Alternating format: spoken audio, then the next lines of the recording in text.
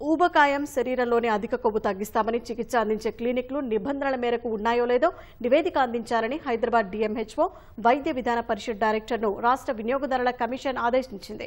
ఆ విషయంపై మార్చి 17 లోపు నివేదిక అందించాలని స్పష్టం చేసింది. సంగారెడ్డికి చెందిన యువతి మియాపూర్లోని కలర్స్ హెల్త్ కేర్లో బరువు తగ్గేందుకు చికిత్స తీసుకుంది. 1,05,000 చెల్లించిన యువతికి చికిత్స నచ్చకపోవడంతో డబ్బులు తిరిగి ఇవ్వాలని కలర్స్ ప్రతినిధులను కోరింది.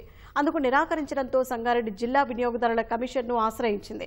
విచారణ చేసిన జిల్లా వినియోగదారుల కమిషన్ యువతికి 9% వడ్డీతో చెల్లించాలని, మానసికంగా ఇబ్బంది పెట్టినందుకు 50,000 జరిమానా విధించింది.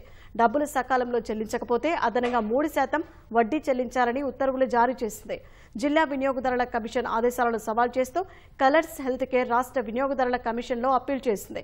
చికిత్స తీసుకున్న యువతి తగిన సూచనలు పాటించలేదని, ఆహార నియమాలు పాటించకపోవడం వల్లే బరువు తగ్గలేదని కమిషన్కు అందించిన వివరాల్లో పేర్కొన్నారు. అర్హత లేని వాళ్లతో చికిత్స చేయిస్తున్నారని బాధిత యువతి కమిషన్కు తెలిపారు. ఇరువైపులా వాదనలు విన్న కమిషన్ కలర్స్ హెల్త్ కేర్ సమర్పించిన అనుమతి పత్రాలు కేంద్ర ఆరోగ్య శాఖ నిబంధనల ప్రకారం చెల్లవని తేల్చెప్పింది.